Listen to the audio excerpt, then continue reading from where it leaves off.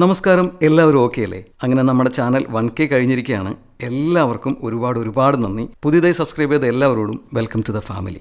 ഇന്ന് പറയാൻ പോകുന്ന കഥ അമേരിക്കയിൽ ജീവിച്ചിരുന്ന ജെഫ്രി ഡാമർ എന്ന സീരിയൽ കില്ലറുടെ യഥാർത്ഥ ജീവിതകഥയെ ആസ്പദമാക്കിയെടുത്ത സിനിമയുടേതാണ്. പക്ഷേ ഇതിൽ അയാൾ ചെയ്ത കൊലപാതകങ്ങളൊന്നുമില്ല. അയാളുടെ ടീനേജ് കാലഘട്ടത്തെക്കുറിച്ചാണ് ഈ സിനിമ പറയുന്നത്. ഡാമർ എങ്ങനെയാണ് ഒരു സീരിയൽ കില്ലർ ആയി എന്ന കഥ പറഞ്ഞ biographical psychological drama cinema my friend Dahmer. രചന, സംവിധാനം മാർക്ക് മയേഴ്സ്. പിന്നെ ഈ സിനിമ ഒരു സബ്സ്ക്രൈബർ റിക്വസ്റ്റ് ആണ്. അതിനെക്കുറിച്ചെല്ലാം കഥയുടെ അവസാനം പറയാം. അപ്പോൾ ആരംഭിക്കലാങ്ങളാ. സിനിമ തുടങ്ങുന്നത് ഒരു സ്കൂൾ ബസ് വരുന്നത് കാണിച്ചുകൊണ്ടാണ്. റോഡിൽ വണ്ടി ഇടിച്ച് ചത്ത ഒരു പൂച്ചയും കാണിക്കുന്നുണ്ട്. ആ പൂച്ചയെ സ്കൂൾ ബസ്സിലെ ജനലിൽ കൂടി നോക്കിയാണ് കഥയിലെ നായകൻ ഡാമർ. ബസ്സിനകത്ത് ബാക്കിയുള്ള കുട്ടികൾ പരസ്പരം സംസാരിച്ചെല്ലാം ഇരിക്കുന്നുണ്ട്. ഡാമർ പക്ഷേ പുറകിൽ ഒറ്റയ്ക്കൊരു സീറ്റിലാണ് ഇരിക്കുന്നത്. കുറച്ചു പേരും ചെന്നപ്പോൾ റോഡ് സൈഡിൽ കൂടി ഒരാൾ ജോഗിങ് ചെയ്ത് പോകുന്നവൻ കാണുന്നുണ്ട്. അയാൾ അവരുടെ വണ്ടി പോകുന്ന അതേ സൈഡിലേക്ക് തന്നെയാണ് ഓടുന്നത്. അവൻ പെട്ടെന്ന് എഴുന്നേറ്റ് വണ്ടിയുടെ പുറകിൽ ചെന്ന് ഗ്ലാസ്സിൽ കൂടി അയാൾ ഓടി വരുന്നത് നോക്കി നിൽക്കുന്നുണ്ട്. അപ്പോൾ ഡ്രൈവർ അവനോട് പോയിരിക്കാൻ പറഞ്ഞ് ഒച്ച വയ്ക്കുന്നു. അത് കേട്ട് അവൻ ഒന്നും മിണ്ടാതെ സീറ്റിൽ പോയിരിക്കുന്നു. കുറച്ച് കഴിഞ്ഞ് അവൻ ഇറങ്ങേണ്ട സ്ഥലത്ത് അവൻ ഇറങ്ങി വീട്ടിലേക്ക് നടന്നപ്പോഴേക്കും ജോഗ് ചെയ്ത് വന്നുകൊണ്ടിരുന്ന അയാൾ അവന്റെ പുറകിൽ കൂടി ഓടിപ്പോകുന്നു. അവൻ അയാളെ നോക്കി നിൽക്കുന്നുണ്ട്. എന്തിനാണ് അവൻ അയാളെ നോക്കുന്നത് നമുക്കറിയില്ല. അങ്ങനെ വീട്ടിലെത്തിയപ്പോൾ അവന്റെ അമ്മ ഒരു ഇന്റീരിയർ ഡിസൈനറുമായിട്ട് സംസാരിച്ച് നിൽക്കുകയാണ്. അമ്മ അയാളെ അവന് പരിചയപ്പെടുത്തി കൊടുക്കുന്നു. അയാൾക്ക് എന്തോ സ്ട്രോക്ക് വന്ന പോലെ കൈ ശരിക്കും വർക്കാവുന്നില്ല. അതുപോലെ സംസാരിക്കുമ്പോഴും എന്തോ ചെറിയ പ്രശ്നമുണ്ട്. അയാൾ അവന് കൈ കൊടുത്തിട്ട് മാറുന്നു. അപ്പോൾ അയാൾ കാണാതെ ഡാമർ അയാളെ കളിയാക്കുന്ന പോലെ അയാളെ ഇമിറ്റേറ്റ് ചെയ്ത് കാണിക്കുമ്പോൾ അമ്മ അങ്ങനെ ചെയ്യരുത് എന്ന് പറഞ്ഞ് ഡാമർ വിലക്കുന്നുണ്ട്. അവൻ അവിടെ നിന്നും പുറത്തേക്ക് പോകുന്നു. പിന്നീട് കാണിക്കുന്നത് ഒരു കറുത്ത ഗാർബേജ് ബാഗ് കയ്യിൽ തൂക്കി റോഡ് സൈഡിൽ കൂടി നടന്നു പോകുന്ന ഡാമറിനെയാണ്. അപ്പോൾ അവന്റെ രണ്ട് സുഹൃത്തുക്കൾ അതുവഴി സൈക്കിൾ ചവിട്ടി വന്ന് അവന്റെ അടുത്ത് നിർത്തി ഇതിലെന്താണെന്ന് ചോദിക്കുമ്പോൾ അവനത് തുറന്നു കാണിക്കുന്നു. അവരതിന്റെ അകത്തേട്ട് നോക്കിയിട്ട് പെട്ടെന്ന് ദുർഗന്ധത്തിൽ മുഖം ചുളിക്കുന്നുണ്ട്. അത് ആദ്യം നമ്മൾ റോഡിൽ കണ്ട ആ ചത്ത പൂച്ചയായിരുന്നു. നീ ഇത് എന്ത് ചെയ്യാനാണ് കൊണ്ടുപോകുന്നതെന്ന് അവർ ചോദിച്ചപ്പോൾ ആസിഡിൽ ഡിസോൾവ് ചെയ്യാനാണ് കൊണ്ടുപോകുന്നതെന്ന് ഡാമർ മറുപടി പറയുന്നു. അതായത് മാംസം എല്ലാം അലിയിച്ച് കളയിക്കാൻ. നിനക്ക് എവിടെ നിന്നാണ് ആസിഡ് കിട്ടിയതെന്ന് അവർ ചോദിക്കുമ്പോൾ അവന്റെ അച്ഛനൊരു കെമിസ്റ്റാണ്. അങ്ങനെയാണ് അവൻ ആസിഡ് കിട്ടിയത്. കെമിസ്റ്റ് എന്ന് പറഞ്ഞാൽ രസതന്ത്രജ്ഞൻ, അതായത് കെമിസ്ട്രിയിൽ സ്പെഷ്യലൈസ് ചെയ്ത ശാസ്ത്രജ്ഞൻ. അപ്പോൾ ആ കൂട്ടുകാരതൊന്നും വിശ്വസിക്കുന്നില്ല. അങ്ങനെയാണെങ്കിൽ നിങ്ങൾ എൻ്റെ ഒപ്പം വാ, ഞാൻ കാണിച്ചു തരുമെന്ന് പറഞ്ഞ് അവൻ പോകുന്നു. അപ്പോൾ കൂട്ടുകാരും അവൻ്റെ ഒപ്പം ചെല്ലുന്നുണ്ട്. അവർ ചെന്നത് ഒരു ഷെഡിന്റെ അകത്തായിരുന്നു. അവിടെ വെച്ച് അവൻ ആ ചത്ത പൂച്ചയെ ഒരു വലിയ ഗ്ലാസ് ജാറിന്റെ അകത്താക്കി അതിന്റെ ഉള്ളിലേക്ക് ആസിഡ് ഒഴിക്കുന്നു. അത് കണ്ട് ഒരു കൂട്ടുകാരൻ ചോദിക്കുന്നുണ്ട്, നീ എന്തിനാണ് ഇങ്ങനെയെല്ലാം ചെയ്യുന്നതെന്ന്. അപ്പോൾ ഡാമർ, എനിക്ക് എല്ലുകൾ ഇഷ്ടമാണ്, അതുപോലെ ഇതിന്റെ എല്ലാം ശരീരത്തിന്റെ അകത്ത് എന്തൊക്കെയാണെന്ന് അറിയണം, അതിന് വേണ്ടിയിട്ടാണെന്ന് പറയുന്നു. പക്ഷെ മറ്റേ കൂട്ടുകാരൻ ഇതൊന്നും വിശ്വസിക്കുന്നില്ല. ഇത് ആസിഡ് അല്ല, വെറും വെള്ളമാണെന്നെല്ലാം അവൻ പറയുമ്പോൾ ഡാമർ വേറൊരു ജാർ എടുത്തിട്ട് അതിൻ്റെ അകത്ത് ഏതോ ഒരു മൃഗമുണ്ട്, ഇതെനിക്ക് 1 മാസം മുമ്പ് കിട്ടിയതാണ്, ഇപ്പോൾ അത് ഡിസോൾവ് ആയിട്ടുണ്ടാവും എന്ന് പറയുന്നു. അപ്പോഴും അവർ അത് വിശ്വസിക്കുന്നില്ല എന്ന് കണ്ട് ഡാമർ ഉടനെ ആ ജാർ എടുത്ത് ഷെഡിന് പുറത്ത് വന്ന് അത് അവരുടെ മുമ്പിലേക്ക് താഴെ എറിഞ്ഞ് പൊട്ടിക്കുന്നു. അത് ശരിക്കും ആസിഡ് തന്നെയായിരുന്നു. അതിന്റെ രൂക്ഷഗന്ധം വന്നപ്പോൾ ചുമച്ചുകൊണ്ട് മൂക്കുപൊത്തി നിനക്ക് ഭ്രാന്താണ് എന്ന് പറഞ്ഞ് ആ 2 കൂട്ടുകാരും അവിടെ നിന്നും പോകുന്നു. പിന്നീട് രാത്രിയിൽ ഡിന്നർ കഴിച്ചുകൊണ്ടിരിക്കുകയാണ് ഡാമറും കുടുംബവും. അവൻ അമ്മയും അച്ഛനും ഒരു അനിയനും ഉണ്ട്. അവൻ അച്ഛനോട് ഇന്നത്തെ ദിവസം എങ്ങനെ ഉണ്ടായിരുന്നു, എനിക്ക് കുറച്ചുകൂടെ ഫാസ്റ്റ് ആയിട്ട് വർക്ക് ചെയ്യുന്ന സ്ട്രോങ് ആയിട്ടുള്ള കെമിക്കൽ എന്തെങ്കിലും കിട്ടാൻ വഴിയുണ്ടോ എന്നെല്ലാം ചോദിക്കുന്നുണ്ട്. അച്ഛന് ഡാമറിനോട് ഒരു പ്രത്യേക ഇഷ്ടമുണ്ട്. പക്ഷെ അമ്മയ്ക്ക് അനിയനോടാണ് കൂടുതൽ ഇഷ്ടം. എല്ലാ വീട്ടിലും ഇങ്ങനെ തന്നെയാണോ? അമ്മമാർക്ക് ഇളയ കുട്ടികളാണോ കൂടുതൽ ഇഷ്ടം? അടുത്ത ദിവസം ഡാമറിന്റെ സ്കൂൾ കാണിക്കുന്നു. അവിടെ അവൻ ലാബിൽ പഠിച്ചുകൊണ്ടിരിക്കുകയാണ്. അപ്പോൾ അവിടെ ഒരു ജാറിൽ പ്രിസർവ് ചെയ്ത് വെച്ചിരിക്കുന്ന ഏതോ ഒരു മൃഗത്തിനെ അവൻ നോക്കുന്നുണ്ട്. പിന്നീട് ക്യാൻറ്റീനിൽ ഭക്ഷണം കഴിക്കാൻ അവൻ ടേബിളിൽ ചെന്നിരിക്കുന്നു. അവൻ ഒറ്റയ്ക്കാണ് ഇരിക്കുന്നത്. ഡാമർ ഒരു ഇൻട്രോവേർട്ട് ടൈപ്പാണ്. അവനധികം ഫ്രണ്ട്സ് ഒന്നുമില്ല. അപ്പോൾ അവനിരുന്ന ടേബിളിന്റെ തൊട്ടടുത്ത് അവനെ പോലെ തന്നെ ഇൻട്രോവേർട്ടായ വേറൊരുത്തനെ ഇരിക്കുന്നുണ്ട്. അവനോട് ഡാമർ സംസാരിക്കുന്നുണ്ട്. ഡാമറിനെ ഫ്രണ്ടാക്കാൻ ശ്രമിക്കുകയാണ് അവൻ. കാരണം ഡാമറും അവനെ പോലെ തന്നെയാണെന്നാണ് അവൻ മനസ്സിലാക്കിയിരിക്കുന്നത്. പക്ഷെ കുറച്ച് കഴിഞ്ഞപ്പോൾ അവനൊരു സീനിയർ ചെക്കൻ വന്ന് റാഗി എന്ന് കാണിക്കുന്നുണ്ട്. അടുത്ത സീനിൽ കാണിക്കുന്നത് വീണ്ടും ആ ഷെഡിലേക്ക് എത്തിയ ഡാമറിനെയാണ്. അവൻ ആദ്യം സ്കൂൾ ലാബിൽ ജാറിൽ കണ്ട ജീവിയെ അടിച്ചു മാറ്റി കൊണ്ടുവന്നിട്ടുണ്ടായിരുന്നു. പിന്നീട് വീട്ടിൽ അവന്റെ അച്ഛനും അമ്മയും തമ്മിൽ ബഹളം വെച്ചുകൊണ്ടിരിക്കുകയാണ്. അവർ തമ്മിൽ തർക്കിച്ചുകൊണ്ടിരിക്കുന്നത് കേട്ട് ഡാമർ അവന്റെ അനിയനെയും കൂട്ടി അകത്ത് മുറിയിലേക്ക് പോകുന്നു. പിറ്റേ ദിവസം സ്കൂളിൽ ഡാമർ ബാൻസെറ്റ് ഗ്രൂപ്പിലുണ്ട്. അവരത് പ്രാക്ടീസ് ചെയ്തുകൊണ്ടിരിക്കുകയാണ്. പ്രാക്ടീസ് എല്ലാം കഴിഞ്ഞ് പുറത്തു വന്നപ്പോൾ ആദ്യം കാണിച്ച ആ ഇൻട്രോവേർട്ട് ഫ്രണ്ടില്ലേ, അവനെ വേറെ കുറച്ച് കുട്ടികൾ ചേർന്ന് റാഗ് ചെയ്യാൻ തുടങ്ങുന്നു. അവൻ പെട്ടെന്ന് ഡാമറിനെ കണ്ടപ്പോൾ രക്ഷപ്പെടാൻ വേണ്ടി അവനോട് ഹായ് പറയുന്നുണ്ട്. പക്ഷേ ഡാമർ അതിലും ഇൻട്രോവേർട്ട് ആയതുകൊണ്ട് അവനെ മൈൻഡ് ചെയ്ത് അവിടെ നിന്ന് എസ്കേപ്പ് ആവുന്നു. അടുത്ത സീനിൽ ഡാമറിന്റെ വീട്ടിൽ അച്ഛൻ ജോലി കഴിഞ്ഞ് വരുന്നു. അനിയൻ അവിടെ ഒറ്റയ്ക്ക് സോഫയിൽ എന്തോ കളിച്ചുകൊണ്ടിരിക്കുകയാണ്. ഡാമർ എവിടെയെന്ന് അച്ഛൻ അവനോട് ചോദിച്ചപ്പോൾ ലാബിലുണ്ടായിരിക്കുമെന്ന് അവൻ മറുപടി പറയുന്നു. അതായത് ആ ഷെഡിൽ. അമ്മ എവിടെയെന്ന് ചോദിച്ചപ്പോൾ അവൻ അറിയില്ലെന്ന് പറയുന്നു. അമ്മ മുറിയിൽ ഒരു സിഗരറ്റ് വലിച്ചുകൊണ്ട് കിടക്കുകയാണ്. അച്ഛൻ അവരോട് ജെഫിനെ കുറിച്ച് സംസാരിക്കാനുണ്ട് എന്ന് പറഞ്ഞപ്പോൾ അമ്മ അത് മൈൻഡ് ചെയ്യാതെ കിടക്കുന്നു. അത് കണ്ട് ദേഷ്യത്തിൽ അച്ഛൻ ഒരു വേസ്റ്റ് ബിന്നും എടുത്തുകൊണ്ട് ഡാമറിന്റെ ഷെഡിലേക്ക് എന്ന് അവൻ ഡിസോൾവ് ചെയ്യാൻ വെച്ചിരുന്ന എല്ലാ ജാറുകളും എടുത്ത് ആ ബിന്നിലേക്ക് ഇടുന്നു. ഡാമർ അച്ഛനെ തടയാൻ ശ്രമിക്കുന്നുണ്ട്. പക്ഷെ അച്ഛൻ, നീ അധിക സമയം ഇതിന്റെ അകത്ത് തന്നെയാണ്, ഈ ഷെഡ് ഞാൻ അടച്ചു പൂട്ടാൻ പോവുകയാണ് എന്ന് അവനോട് പറയുന്നു. അവൻ ആകെ നിരാശയിൽ അവിടെ നിന്നും പോകുന്നു. അടുത്ത സീനിൽ സ്കൂളിലേക്ക് എത്തിയ ഡാമറിന്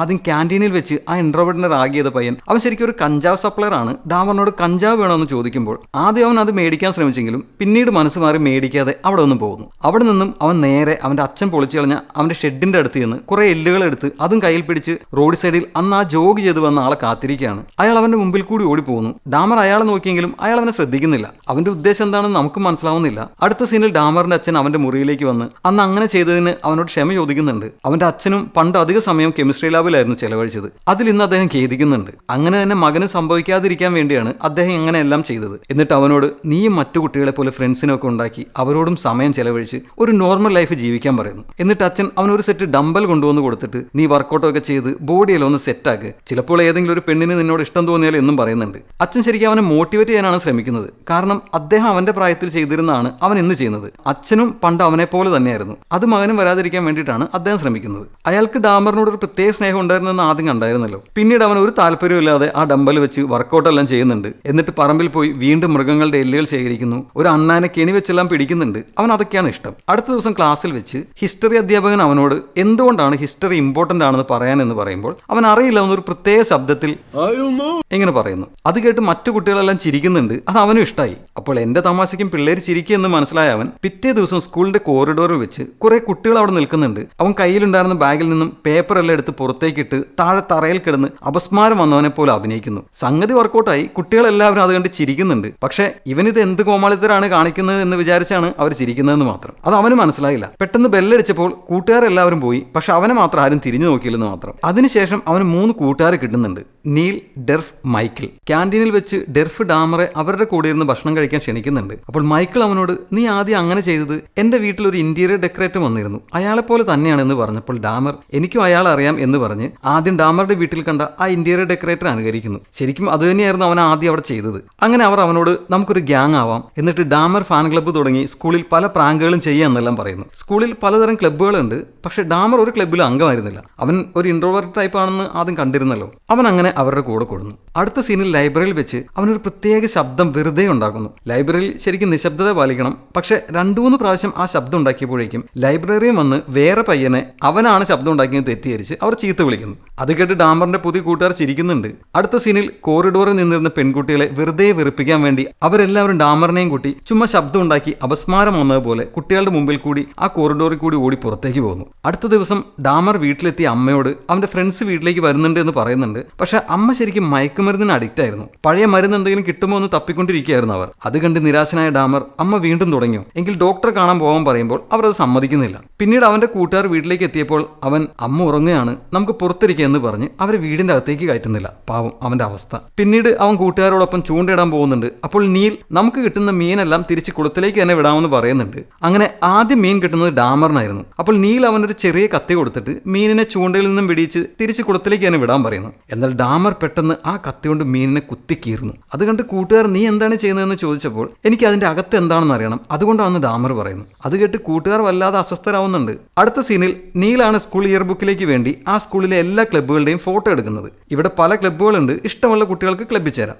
ആ ക്ലബ്ബുകളിലുള്ള കുട്ടികളുടെ ഫോട്ടോ എടുക്കുന്ന കാര്യമാണ് അവൻ പറഞ്ഞത്. അപ്പോൾ ഡാമർ എനിക്കൊരു ഐഡിയ ഉണ്ട്, എല്ലാ ക്ലബ്ബുകളുടെ ഫോട്ടോയിലും ഞാൻ നിൽക്കുക എന്ന് പറയുന്നു. അത് കേട്ട് കൂട്ടുകാരെല്ലാവരും നല്ല ഐഡിയ എന്ന് പറഞ്ഞ് ചിരിക്കുന്നുണ്ട്. ശരിക്കും ഡാമർ ഒരു ക്ലബ്ബിൽ ഉണ്ടായിരുന്നില്ല എന്ന് ആദ്യം പറഞ്ഞിരുന്നല്ലോ. അങ്ങനെ എല്ലാ ക്ലബ്ബുകളുടെ ഫോട്ടോയിലും ചിരിക്കാത്ത മുഖമായി അവൻ നിൽക്കുന്നു. അടുത്ത സീനിൽ ഡാമർ ഡെർഫ് അവന്റെ വീട്ടിലേക്ക് എത്തുന്നു. പക്ഷെ അവിടെ അവന്റെ അച്ഛനും അമ്മയും തമ്മിൽ വീണ്ടും വഴക്കാവുന്നു. അത് കണ്ട് ഡെർഫ് അവനോട് പിന്നെ കാണാമെന്ന് പറഞ്ഞ് പുറത്തേക്ക് പോകുന്നുണ്ട്. അടുത്ത സീനിൽ ഡാമർ വീണ്ടും ആ ജോഗിങ്ങിന് പോയിക്കൊണ്ടിരുന്ന ആളെ ഇപ്രാവശ്യം ചെടികൾക്കിടയിൽ മറഞ്ഞിരുന്ന് നോക്കുന്നത് കാണിക്കുന്നു. അവൻ അയാളുടെ തുടയിലേക്കും ചെസ്റ്റിലേക്കും ഒക്കെയാണ് നോക്കുന്നത്. അയാൾ ഡാമർ ഒളിച്ചിരിക്കുന്നത് കാണാതെ ഓടിപ്പോകുന്നു. അവന്റെ കൂട്ടുകാരൻ ഡെർഫ് ഒരു സൂപ്പർ മാർക്കറ്റിൽ പാർട്ട് ടൈം ആയിട്ട് ജോലി ചെയ്യുന്നുണ്ട്. അവനെ കാണാൻ ഡാമറും മൈക്കിളും നീലും ചെല്ലുന്നു. അവിടെ വെച്ച് അവർക്ക് മുമ്പിൽ ഡാമർ പഴയതുപോലെ തമാശ കാണിച്ച് അവിടുത്തെ സൂപ്പർവൈസറെ വെറുപ്പിക്കുന്നു. അങ്ങനെ ഡെർഫിന്റെ പണി പോകുന്നു. അവർ അക്കാര്യം സൂപ്പർ മാർക്കറ്റിന്റെ പുറത്ത് വെച്ച് സംസാരിച്ചുകൊണ്ടിരിക്കുമ്പോൾ ഒരു ചുവന്ന കാർ വന്ന് നിൽക്കുന്നു. അതിൽ നിന്നും ആ ജോഗിന് പോയിക്കൊണ്ടിരുന്ന ആൾ ഇറങ്ങി വരുന്നു. അപ്പോൾ പെട്ടെന്ന് മൈക്കിൾ ഹലോ ഡോക്ടർ മാത്യൂസ് എന്ന് പറഞ്ഞ് അയാളോട് സംസാരിക്കുന്നു. അയാൾ ഒരു ഡോക്ടറാണെന്നും പേര് മാത്യൂസ് ആണെന്നും അങ്ങനെ മൈക്കിളിൽ നിന്നും ഡാമർ അറിയുന്നു. അടുത്ത സീനിൽ ഡാമറിന്റെ വീട് കാണിക്കുമ്പോൾ അവിടെ വീണ്ടും അച്ഛനും അമ്മയും തമ്മിൽ എന്തൊക്കെയോ പറഞ്ഞ് വഴക്കിടുകയാണ്. അച്ഛൻ ടെൻഷനായി വീടിന്റെ പുറത്ത് നിന്ന് ഒരു പെഗ് കഴിച്ചുകൊണ്ടിരിക്കുകയാണ്. അപ്പോൾ ഡാമർ അങ്ങോട്ട് ചെല്ലുന്നു. അദ്ദേഹം നിരാശയിലാണ് അമ്മയുടെ സ്വഭാവം കാരണം. അതിനുശേഷം അദ്ദേഹം അപ്പുറത്തേക്ക് മാറിപ്പോകുന്നു. പക്ഷെ കുപ്പി എടുക്കാൻ മറന്നുപോയി. ഡാമർ ഉടനെ ആ കുപ്പിയും എടുത്തുകൊണ്ട് പറമ്പിലേക്ക് പോകുന്നു. അവിടെ നിന്ന് അങ്ങോട്ട് അടിയോടടി. അവൻ കുടിച്ചിട്ട് സ്കൂളിലേക്കൊക്കെ ചെല്ലുന്നുണ്ട്. അവിടെ വെച്ച് അവൻ കൂട്ടുകാരോട് സംസാരിച്ചുകൊണ്ട് നിൽക്കുമ്പോൾ പെട്ടെന്ന് ആ കഞ്ചൻ ഫ്രണ്ട് അവരുടെ അടുത്തേക്ക് വരുന്നു. എന്നിട്ട് എന്നിട്ട് അവന്റെ അച്ഛൻ ജർമ്മനിയിൽ നിന്ന് കൊണ്ടുവന്നതാണ് എന്ന് പറഞ്ഞ് ഒരു ചെറിയ കത്തി എടുക്കുന്നു. എന്നിട്ട് അവന്റെ കയ്യിൽ ഒരു മുറിവുണ്ടാക്കിയിട്ട് അതിൽ നിന്നും ചോര അവൻ സ്വയം കുടിക്കുന്നു. അത് കണ്ട് അസ്വസ്ഥരായ ഡാമറിന്റെ കൂട്ടുകാർ അവിടെ നിന്ന് മാറിപ്പോകുന്നുണ്ട്. പക്ഷെ ഡാമർ വേറെ ഭാവവ്യത്യാസം ഒന്നുമില്ലാതെ അവനെ നോക്കി നിൽക്കുന്നു. അത് കണ്ട് ഡെർഫ് അവനോട് വരാൻ പറഞ്ഞിട്ട് ആ കഞ്ചൻ ഒരു സൈക്കോ ആണ്, അവന്റെ കൂടെ കൂടണ്ടെന്നെല്ലാം പറയുന്നുണ്ട്. എന്നാൽ അടുത്ത സീനിൽ ഡാമർ ആ കഞ്ചനെയും വിളിച്ചുകൊണ്ട് ഒരു ചെറിയ കാട്ടുപ്രദേശത്തേക്ക് വരുന്നു. കഞ്ചന്റെ ബാഗിൽ ഒരു റിവോൾവർ ഉണ്ടായിരുന്നു. നമുക്ക് മുയലിനെ വേട്ടയാട എന്ന് അവൻ പറയുന്നു. ഒരു കഞ്ചാവ് സിഗരറ്റും അവൻ വലിക്കുന്നുണ്ട്. എന്നിട്ട് ആ തോക്കെടുത്ത് മുകളിലേക്ക് ചുമ്മാ വെടിവെക്കുന്നു. അതിനുശേഷം അവന്റെ നെറ്റിയിലേക്ക് ആ റിവോൾവർ വെച്ച് പൊട്ടിക്കുന്നു. പക്ഷെ ആ സ്ലോട്ടിൽ ബുള്ളറ്റ് ഉണ്ടായിരുന്നില്ല. അടുത്തത് നീ പൊട്ടിക്കെന്ന് പറഞ്ഞ് അവൻ ആ തോക്ക് ഡാമറിന് കൊടുക്കുന്നു. പക്ഷെ ഡാമർ തോക്കൊന്നും ഉപയോഗിക്കുന്നത് എനിക്ക് ഇഷ്ടമല്ല എന്ന് പറഞ്ഞ് അവിടെ നിന്ന് ഓടിപ്പോകുന്നു.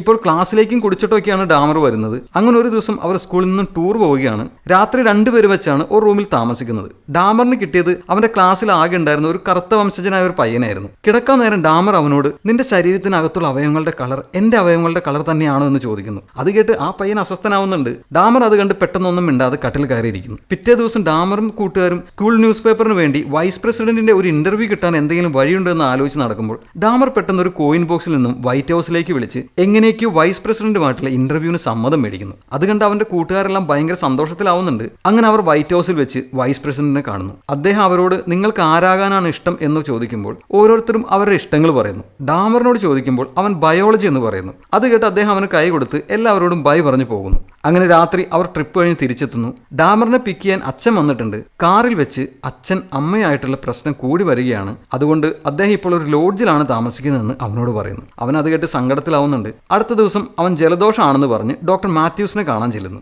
അദ്ദേഹം അവനെ പരിശോധിക്കുന്നുണ്ട്. പക്ഷെ കുഴപ്പമൊന്നും കാണുന്നില്ല എന്ന് പറയുന്നു. അതിനുശേഷം അവനോട് നേക്കഡ് ആവാൻ പറഞ്ഞിട്ട് അദ്ദേഹം അവനോട് ചുമക്കാൻ പറയുന്നു. അതും ഒരു പരിശോധനയാണ്. പക്ഷെ അതിനിടയിൽ എന്തോ സംഭവിക്കുന്നുണ്ട്. അദ്ദേഹം പെട്ടെന്ന് അസ്വസ്ഥനായി പരിശോധന കഴിഞ്ഞു ഡ്രസ് ഇട്ടോളൂ എന്ന് പറയുന്നു. പിന്നീട് അവൻ കൂട്ടുകാരോടൊപ്പം ഇരിക്കുമ്പോൾ അവർ കുറച്ച് അഡൾട്ട് ജോക്കുകളെല്ലാം പറയുന്നുണ്ട്. പക്ഷെ ഡാമർ ഒട്ടും താല്പര്യം കാണിക്കുന്നില്ല. അതിനുശേഷം കൂട്ടുകാർ പുറത്തു വന്ന് ഡാമറിന്റെ ഈ മാറ്റത്തിനെ കുറിച്ചുള്ള സംശയം പറയുന്നുണ്ട്. അടുത്ത സീനിൽ നീൽ എന്നെടുത്ത ക്ലബ്ബുകളുടെ ഫോട്ടോ കിട്ടുന്നു. അവർ അത് നോക്കുമ്പോൾ എല്ലാത്തിലും ഡാമർ ഉണ്ട്. അത് കണ്ട് അവർ ചിരിച്ചുകൊണ്ടിരിക്കുമ്പോൾ പെട്ടെന്ന് ഒരു ടീച്ചർ വന്ന് ആ ഫോട്ടോ എല്ലാം വാങ്ങി പരിശോധിക്കുന്നു. എല്ലാ ഫോട്ടോയിലും ഡാമറെ കണ്ട ടീച്ചർ ദേഷ്യത്തിലാവുന്നുണ്ട്. എന്നിട്ടൊരു മാർക്കർ എടുത്ത് എല്ലാ ഫോട്ടോയിൽ നിന്നും ഡാമറിന്റെ മുഖം വെട്ടിക്കളയുന്നു. അടുത്ത സീനിൽ ഡാമറിന്റെ വീട്ടിൽ അമ്മ വക്കീലിനോടാണെന്ന് തോന്നുന്നു ആരോടെ ഫോണിൽ സംസാരിക്കുകയാണ്. മകനെ അച്ഛന് വിട്ടുകൊടുക്കാൻ പറ്റില്ല എന്നാണ് അവർ സംസാരിച്ചുകൊണ്ടിരിക്കുന്നത്. ഡാമർ അമ്മയോട് സംസാരിക്കാൻ ശ്രമിക്കുന്നുണ്ട്. പക്ഷെ അവർ അതൊന്നും ശ്രദ്ധിക്കാതെ ഫോണിൽ സംസാരിക്കുകയാണ്. അവൻ പുറത്തിറങ്ങി ഒരു പട്ടിയുമായി ആ മരങ്ങൾക്കിടയിലേക്ക് ചെന്ന് ഒരു ചെറിയ കത്തിയെടുത്ത് അതിന്റെ കഴുത്തിൽ വെച്ചിട്ട് ആ പട്ടിയെ നോക്കുമ്പോൾ ആ പാവത്തിന്റെ മുഖം കണ്ട് അവൻ പെട്ടെന്ന് മനസ്സ് മാറി അതിനെ അവിടെ നിന്നും ഓടിച്ചു വിടുന്നു. അടുത്ത സീനിൽ ഡാമറിനെയും അനിയനെയും കൊണ്ട് അവരുടെ അമ്മ അച്ഛനെ കാണാൻ ചെല്ലുന്നു. എന്നാൽ വീണ്ടും അവർ തമ്മിൽ പബ്ലിക്കായിട്ട് തന്നെ വഴക്കുണ്ടാക്കുന്നു. അത് കണ്ട് ഡാമർ വല്ലാതെ ദേഷ്യത്തിലാവുന്നുണ്ട്. പിന്നീട് കാണിക്കുന്നത് അവൻ വല്ലാതെ അസ്വസ്ഥനായി മുറിയിൽ കൂടി അങ്ങോട്ടും ഇങ്ങോട്ടും നടക്കുകയാണ്. എന്നിട്ട് കട്ടിലിൽ കാണിക്കുമ്പോൾ ഡോക്ടർ മാത്യൂസ് അവിടെ കിടക്കുകയാണ്. അയാളുടെ അനക്കമില്ലാത്ത ശരീരത്തിലേക്ക് അവൻ പതുക്കെ കെട്ടിപ്പിടിച്ച് കിടക്കുന്നു. അവൻ വല്ലാതെ ദീർഘശ്വാസം വിടുന്നുണ്ട്. പക്ഷെ അത് അവന്റെ സ്വപ്നമായിരുന്നു. അവന്റെ സെക്ഷ്വാലിറ്റിയിൽ മാറ്റങ്ങൾ വന്നുകൊണ്ടിരിക്കുകയായിരുന്നു. അടുത്ത സീനിൽ ഡാമറിന്റെ കൂട്ടുകാർ ഒരു പാർട്ടിയിൽ നിൽക്കുവാണ്. അപ്പോൾ മറ്റു കുറച്ച് കുട്ടികൾ വന്ന് ഡാമർ എവിടെ, അവന്റെ കൂട്ട് വിട്ടോ, ഇപ്പോൾ എന്താണ് നിങ്ങൾ നേരത്തെ ചെയ്ത പോലെയുള്ള പ്രാങ്കുകളൊന്നും ചെയ്യാത്തെന്നെല്ലാം ചോദിച്ച് അവരെ ഇളക്കുന്നുണ്ട്. അത് കേട്ട് ഡർഫ് ഡാമറിനെ വെച്ച് വീണ്ടും മുമ്പ് ചെയ്ത പോലുള്ള ഒരു പ്രാങ്ക് ചെയ്യണമെന്ന് പറയുന്നു. അതിനുവേണ്ടി അവരെല്ലാവരും പൈസ ഷെയർ ചെയ്ത് അത് ഡാമറിന് കൊടുത്തിട്ട് ഒരു മോളിൽ വെച്ച് അവൻ സ്കൂളിൽ ചെയ്ത പോലുള്ള പ്രാങ്ക് ചെയ്യാൻ അവനെ കൊണ്ട് സമ്മതിപ്പിക്കുന്നു. പക്ഷെ നീലിന് അതിലത്ര താല്പര്യമില്ല. അങ്ങനെ ഒരു ദിവസം ഒരു മോളിലേക്ക് അവരെല്ലാവരും കൂടെ ചെല്ലുന്നു. നീൽ മാത്രമില്ല. കാറിൽ വെച്ച് ഡാമർ നല്ലോണം മദ്യപിക്കുന്നുണ്ട്. മോളിൽ കാത്തു നിന്ന വേറെ കുറച്ച് പിള്ളേരുടെ കയ്യിൽ നിന്നും ഡെർഫ് പൈസ വാങ്ങുന്നുണ്ട്. എന്നിട്ട് ഡാമറിന് അവർക്ക് പരിചയപ്പെടുത്തി കൊടുക്കുന്നു. അങ്ങനെ ഡാമർ പണ്ട് സ്കൂളിലെ കോറിഡോറിൽ വെച്ച് ചെയ്ത അതേ പ്രാങ്ക് ആ മോളിലും വെച്ച് ചെയ്യുന്നു. അവന്റെ കൂടെ ഉണ്ടായിരുന്ന കൂട്ടുകാരിൽ ഒരുത്തൻ ഇതെല്ലാം ഷൂട്ട് ചെയ്യുന്നുണ്ട്. ഡാമർ ശരിക്കും അവന്റെ വീട്ടിലെ അവസ്ഥയെല്ലാം കാരണം വല്ലാതെ അസ്വസ്ഥനായിരുന്നു. അതുകൊണ്ട് തന്നെ അവൻ എന്താണ് ചെയ്യുന്നതെന്ന് അവന് തന്നെ ശരിക്കും അറിയില്ലായിരുന്നു. അവൻ ശരിക്കും സ്വയം നാണം കെടുകയായിരുന്നു എല്ലാവരുടെയും മുമ്പിൽ. അവന്റെ കൂട്ടുകാർ അവൻ ഉപയോഗിക്കുകയായിരുന്നു. അത് അവന് മനസ്സിലായില്ല. എല്ലാം കഴിഞ്ഞ് തിരിച്ച് വീട്ടിലെത്തിയപ്പോൾ അവന്റെ അമ്മയും അച്ഛനും തമ്മിൽ ഡിവോഴ്സ് ചെയ്യാൻ പോവുകയാണെന്നും വീടിന്റെ അവകാശം അച്ഛനാണെന്നും അതുകൊണ്ട് അമ്മ അമ്മൂമ്മയുടെ വീട്ടിലേക്ക് പോവുകയാണ്. പക്ഷെ അത് അച്ഛനോട് പറയരുതെന്നും അവനോട് പറയുന്നു. അവൻ നിരാശയിൽ അത് സമ്മതിക്കുന്നു. അടുത്ത സീനിൽ ഒരു ബേസ്ബോൾ ബാറ്റുമായി ഡോക്ടർ മാത്യൂസ് എന്നും ജോഗിങ്ങിന് പോകുന്ന വഴിയിൽ ഒളിച്ചു നിൽക്കുകയാണ് ഡാമർ. പക്ഷെ അന്ന് ഡോക്ടർ അതുവഴി വന്നില്ല. അതുകൊണ്ട് നിരാശനായി അവൻ ആ ബാറ്റ് അവിടെ ഉണ്ടായിരുന്ന മരത്തിൽ അടിച്ച് പൊട്ടിക്കുന്നു. പിന്നീട് മരക്കൂട്ടങ്ങൾക്കിടയിൽ കളിച്ചുകൊണ്ടിരുന്ന 2 കുട്ടികൾ ശരീരം കീറി മുറിച്ച നിലയിൽ ഒരു മൃഗത്തിനെ മരത്തിന്റെ വേരുകൾക്കിടയിൽ കാണുന്നുണ്ട്. സ്കൂളിൽ ഇതിനെക്കുറിച്ചെല്ലാം സംസാരിച്ചുകൊണ്ട് വരികയാണ് മൈക്കിളും നീലും ഡെർഫും. അപ്പോൾ അവരുടെ അടുത്തേക്ക് ഡാമറും വരുന്നു. അപ്പോൾ അവർ പ്രോമിനെ കുറിച്ച് സംസാരിക്കുന്നുണ്ട്. ഡാമറിന്റെ കൂടെ ഡാൻസ് കളിക്കാൻ ഒരു പെണ്ണും വരില്ല എന്ന് മൈക്കിൾ അവനെ കളിയാക്കിയിട്ട് അവർ നടന്നു പോകുന്നു. ഈ പ്രോം എന്ന് വെച്ചാൽ ഹൈസ്കൂൾ കഴിഞ്ഞതിന് ശേഷം എല്ലാവരും ചേർന്ന് കളിക്കുന്ന ഒരു ഡാൻസ് പ്രോഗ്രാമാണ്. പക്ഷെ മൈക്കിൾ കളിയാക്കിയത് കേട്ട് വാശിയിലായ ഡാമർ ഒരു പെൺകുട്ടിയോട് അവന്റെ കൂടെ പ്രോമിന് വരുമോ എന്ന് ചോദിക്കുന്നുണ്ട്. ഡാമർ ഒരു പ്രത്യേക സ്വഭാവക്കാരനായതുകൊണ്ട് ആദ്യം അവൾ ഒഴിഞ്ഞു മാറിയെങ്കിലും ഡാമർ എങ്ങനെയൊക്കെയോ അവളെ പറഞ്ഞ് സമ്മതിപ്പിക്കുന്നു. അങ്ങനെ അവർ പ്രോമിനെത്തുന്നു. അവർ വരുന്നത് മൈക്കിൾ അത്ഭുതത്തോടെ കാണുന്നുണ്ട്. ഡാമർ അവൾക്ക് കുടിക്കാനായിട്ട് ഡ്രിങ്ക് എടുക്കാൻ പോയപ്പോൾ നീൽ അവന്റെ അടുത്ത് ചെന്ന് അന്ന് മോളിൽ വെച്ച് സംഭവിച്ചതിനെല്ലാം മാപ്പി ഒതുക്കുന്നുണ്ട്. പക്ഷെ ഡാമർ അത് സാരമില്ല, നീ അവിടെ ഉണ്ടായിരുന്നില്ലല്ലോ എന്നെല്ലാം പറഞ്ഞ് അവനെ സമാധാനിപ്പിച്ച് വിടുന്നുണ്ട്. പിന്നീട് ഡാമർ ആ പെൺകുട്ടിയെ ഡാൻസ് ചെയ്യാൻ തുടങ്ങുന്നു. പക്ഷെ അവൻ വല്ലാതെ അൺകംഫർട്ടബിൾ ആയിട്ട് കാണുന്നുണ്ട്. കാരണം അവന് സ്ത്രീകളോട് താല്പര്യമില്ലല്ലോ. അവൻ അവളോട് മൂത്രം ഒഴിച്ചിട്ട് വരാം എന്ന് പറഞ്ഞ് പുറത്ത് കാറ് ചെന്നിരുന്ന് ഫുഡ് കഴിക്കുന്നു. അവളാണെങ്കിൽ അവനെ നോക്കി അകത്ത് കാത്തിരിക്കുകയാണ്. അങ്ങനെ അവന്റെ സ്കൂൾ പഠനം എല്ലാം കഴിഞ്ഞ് അവസാന ദിവസവും കഴിഞ്ഞ് നടന്ന് വീട്ടിലേക്ക് ചെല്ലുകയാണ്. അവിടെ അമ്മയും അനിയനും സാധനങ്ങളെല്ലാം എടുത്ത് അമ്മയുടെ കാറിലിട്ട് അമ്മൂമ്മയുടെ വീട്ടിലേക്ക് പോകാൻ തയ്യാറെടുക്കുകയാണ്. അനിയൻ അമ്മയോടൊപ്പം പോവുകയാണ്. അപ്പോൾ ഡാമർ അവന്റെ ഗ്രാജുവേഷൻ ഡേയിൽ അമ്മ എത്തില്ല എന്ന് മനസ്സിലാക്കുന്നു. അവർ അവനോട് യാത്ര പറഞ്ഞു പോകുന്നു. അവന് യാത്ര പറഞ്ഞ് വീടിന്റെ അകത്തെത്തി സങ്കടത്തിൽ പൊട്ടിക്കരയുന്നുണ്ട്. ഇത്രയും നാൾ എല്ലാവരും ഒരുമിച്ച് കഴിഞ്ഞ വീട്ടിൽ ഇനി അവൻ ഒറ്റയ്ക്ക്. പാവം അവന്റെ അവസ്ഥ. എനിക്ക് സങ്കടമാവുന്നുണ്ട്. അങ്ങനെ പിന്നീട് അവൻ്റെ ഗ്രാജുവേഷൻ ഡേ വരുന്നു. അച്ഛൻ എത്തിയിട്ടുണ്ട്. പക്ഷെ അവന് വലിയ സന്തോഷമൊന്നുമില്ല. അച്ഛൻ സമ്മാനമായിട്ട് അച്ഛൻ്റെ കാർ അവന് കൊടുക്കുന്നുണ്ട്. അമ്മ വീട്ടിൽ നിന്നും പോയ കാര്യം അവൻ അച്ഛനോട് പറയുന്നില്ല. പിന്നീട് ഒരു രാത്രിയിൽ കാറിൽ പോയിക്കൊണ്ടിരുന്ന ഡെർഫ് റോഡിൽ കൂടി ഒറ്റയ്ക്ക് നടന്നു പോയിക്കൊണ്ടിരുന്ന ഡാമറിനെ കണ്ട് വണ്ടി നിർത്തി വീട്ടിലേക്കാണോ എന്ന് ചോദിച്ച് അവന് ലിഫ്റ്റ് കൊടുക്കുന്നു. വീട്ടിലെത്തിയപ്പോൾ വീട്ടിൽ ലൈറ്റ് ഒന്നുമില്ല, ആകെ ഡാർക്കാണ്. കാരണം ഡാമർ ആ വീട്ടിൽ ഒറ്റയ്ക്കാണ് ഇപ്പോൾ താമസം. അപ്പോഴാണ് ഡെർഫ് ഡാമറിന്റെ വിരലിൽ രക്തം ഇരിക്കുന്നത് കാണുന്നത്. അതെന്താണെന്ന് ചോദിച്ചാൽ അവനോട് പെയിന്റ് ആണെന്ന് ഡാമർ പറയുന്നു. പക്ഷെ അവൻ ഇപ്പോഴും മൃഗങ്ങളെ കീറി മുറിക്കുന്ന തോന്നുന്നു. പിന്നീട് അവർ കുറച്ചു നേരം കാറിലിരുന്ന് പഴയ കുറച്ച് കാര്യങ്ങളെല്ലാം സംസാരിക്കുന്നുണ്ട്. എന്നിട്ട് ഡാമർ അവനോട് ഒരു ബിയർ കുടിച്ചിട്ട് പോകുക എന്ന് പറഞ്ഞ് അകത്തേക്ക് ക്ഷണിക്കുന്നു. ഡെർഫ് അവന്റെ ഒപ്പം അകത്തേക്ക് ചെല്ലുന്നുണ്ട്. അകത്ത് എന്ന ഡെർഫിന്റെ തൊട്ടു പിറകിൽ ഡാമർ വന്ന് നിൽക്കുന്നുണ്ട്. പെട്ടെന്ന് ഡെർഫിന് എന്തോ പോലെ തോന്നി ഞാൻ പോവുകയാണെന്ന് പറഞ്ഞ് അവൻ അവിടെ നിന്ന് ഇറങ്ങി പോകുന്നു. പുറത്ത് കാറിലേക്ക് നടന്നു പോയിക്കൊണ്ടിരുന്ന ഡെർഫിന്റെ പുറകിൽ ഒരു ബേസ്ബോൾ ബാറ്റ് പിടിച്ച് അടിക്കാൻ വാങ്ങി ഡാമർ നടക്കുന്നുണ്ട്. ഡെർഫ് അത് കാണുന്നില്ല. പക്ഷെ ഡാമർ എന്തെങ്കിലും ചെയ്യുന്നതിന് മുമ്പ് ഡെർഫ് കാറിന്റെ അകത്ത് കയറി പിന്നെ കാണുന്ന അവനോട് പറഞ്ഞ് ഓടിച്ചു പോകുന്നു. വീടിനകത്ത് നിന്ന് ഡാമർ ടെൻഷനായി മദ്യപിക്കുന്നുണ്ട്. പിറ്റേന്ന് ഉറക്കെഴുന്നേറ്റ് ഡാമർ ഫ്രിഡ്ജിൽ നിന്നും കുറച്ച് ബിയറും എടുത്ത് അവൻ അച്ഛൻ കൊടുത്ത ആ കാറിൽ എങ്ങോട്ടോ ഓടിച്ചു പോകുന്നു. പോകുന്ന വഴിക്ക് ഒരാൾ ലിഫ്റ്റ് ചോദിക്കുന്ന അവൻ കാണുന്നുണ്ട്. ആദ്യം അവൻ മുന്നോട്ട് പോയെങ്കിലും പിന്നീട് വണ്ടി നിർത്തി എന്തോ ആലോചിച്ചിട്ട് വണ്ടി റിവേഴ്സ് എടുത്തു വരുന്നു. എന്നിട്ട് അവർ തമ്മിൽ പരിചയപ്പെടുന്നു. അയാളുടെ പേര് സ്റ്റീവൻ ഹിക്സ്. ഒരു കോൺസെർട്ട് കഴിഞ്ഞ് വരുന്നതാണ്. ഡാമർ അവന് ലിഫ്റ്റ് കൊടുക്കുന്നു. അല്പം കൂടി മദ്യപിക്കുക എന്ന് പറഞ്ഞ് വണ്ടിയിൽ നിന്ന് ബിയറും കൊടുക്കുന്നുണ്ട്. അവൻ സന്തോഷത്തോടെ അത് മേടിച്ച് കുടിച്ചുകൊണ്ട് ഡാമറിനൊപ്പം വണ്ടിയിൽ പോകുന്നു. അതിനുശേഷം 1978 ജൂൺ 18 സ്റ്റീവൻ ഹിക്സ് ജെഫറി ഡാമറിന്റെ വീട്ടിലേക്ക് ചെന്നു എന്നും പിന്നീട് അവൻ ആരും കണ്ടിട്ടില്ല എന്നും പിന്നീട് 13 വർഷങ്ങൾക്ക് ശേഷം 1991 ജൂലൈയിൽ ജെഫറി ഡാമർ 17 ചെറുപ്പക്കാരെ കൊന്നതിന് അറസ്റ്റിലുമായി എന്ന റിയൽ ഇൻസിഡന്റ് എഴുതി കാണിച്ചുകൊണ്ട് ഈ സിനിമ അവസാനിക്കുന്നു. The end.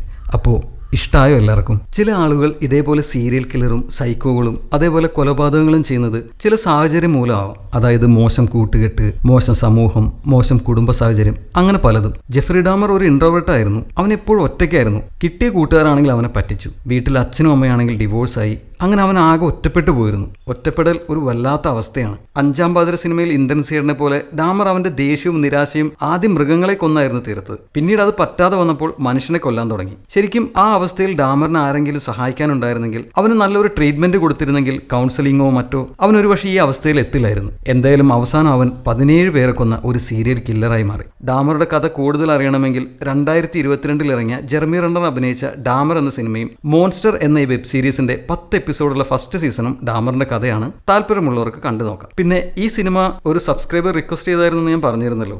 ഹാപ്പിയായി എന്ന് വിശ്വസിക്കുന്നു. പിന്നെ ഞാൻ അടുപ്പിച്ച് വീഡിയോ ഇടാത്തത് നിങ്ങൾ ശ്രദ്ധിച്ചിരിക്കും. ഒരു പുതിയ യൂട്യൂബ് ചാനൽ റീച്ച് ആകണമെങ്കിൽ വീഡിയോസ് അടുപ്പിച്ചിട്ടുകൊണ്ടിരിക്കണമെന്ന് എനിക്കറിയാം. നമ്മുടെ ഒരു സബ്സ്ക്രൈബറും അത് സജസ്റ്റ് ചെയ്തിരുന്നു. Thank you. പക്ഷേ ഇപ്പോഴത്തെ സാഹചര്യത്തിൽ എനിക്കതിന് കഴിയില്ല. കാരണം പണി കഴിഞ്ഞ് വന്ന് കിട്ടുന്ന സമയത്താണ് ഞാനിതെല്ലാം ചെയ്യുന്നത്. അതുപോലെ തന്നെ മറ്റു പല പ്രതിസന്ധികളും ഉണ്ട്. ഞാനിത് പറയാനുള്ള കാരണം, നമ്മുടെ ചാനലിൽ ആദ്യത്തെ സബ്സ്ക്രൈബർ റിക്വസ്റ്റ് വന്നത് ഒരു ചൈനീസ് വെബ് സീരീസ് ചെയ്യുമോ എന്ന് ചോദിച്ചായിരുന്നു. പക്ഷേ അത് ഒരുപാട് എപ്പിസോഡ് ഉള്ളതുകൊണ്ട് ചെയ്യാൻ കഴിഞ്ഞില്ല. അതിനുശേഷം വന്ന റിക്വസ്റ്റ് ആണ് ഈ സിനിമ. അതായത് ആദ്യത്തെ സബ്സ്ക്രൈബർ റിക്വസ്റ്റഡ് സിനിമ. അതുകൊണ്ടാണ് ഞാനിത് ചെയ്തത്. പക്ഷേ എൻ്റെ ഇപ്പോഴത്തെ സാഹചര്യം ഞാൻ ആദ്യം പറഞ്ഞല്ലോ. അതുകൊണ്ട് നിങ്ങൾ വീണ്ടും ഓരോ സിനിമകൾ റിക്വസ്റ്റ് ചെയ്താൽ ഒരുപക്ഷെ എനിക്ക് ചെയ്യാൻ കഴിഞ്ഞെന്ന് വരില്ല. അതുകൊണ്ടാണ് ഈ കാര്യമെല്ലാം ഞാൻ നീട്ടി വലിച്ചു പറഞ്ഞത്. നിങ്ങൾ ചോദിച്ചിട്ട് അത് ചെയ്യാൻ പറ്റിയില്ലെങ്കിൽ എനിക്ക് സങ്കടമാവും. പക്ഷേ ഭാവിയിൽ നമ്മുടെ ചാനൽ കുറച്ചുകൂടി വളർന്നു കഴിഞ്ഞാൽ ഞാൻ തീർച്ചയായും നിങ്ങൾ സജസ്റ്റ് ചെയ്യുന്ന സിനിമകൾ ചെയ്യാൻ ശ്രമിക്കുന്നതായിരിക്കും. പക്ഷേ ഇപ്പോൾ എല്ലാവരും എന്നോട് ക്ഷമിക്കണം. പണിക്ക് പോയില്ലെങ്കിൽ മാമണ്ണാൻ പറ്റില്ല. അതുകൊണ്ടാണ്. പിന്നെ വേറെയും പല പ്രതിസന്ധികളിൽ കൂടിയാണ് ഞാനിപ്പോൾ കടന്നു പോയിക്കൊണ്ടിരിക്കുന്നത് എന്ന് ആദ്യം പറഞ്ഞല്ലോ. നമ്മുടെ ചാനൽ 1K അടിച്ചതിന്റെ സന്തോഷത്തിനിടയിലും വന്ന ഒരു പ്രതിസന്ധി,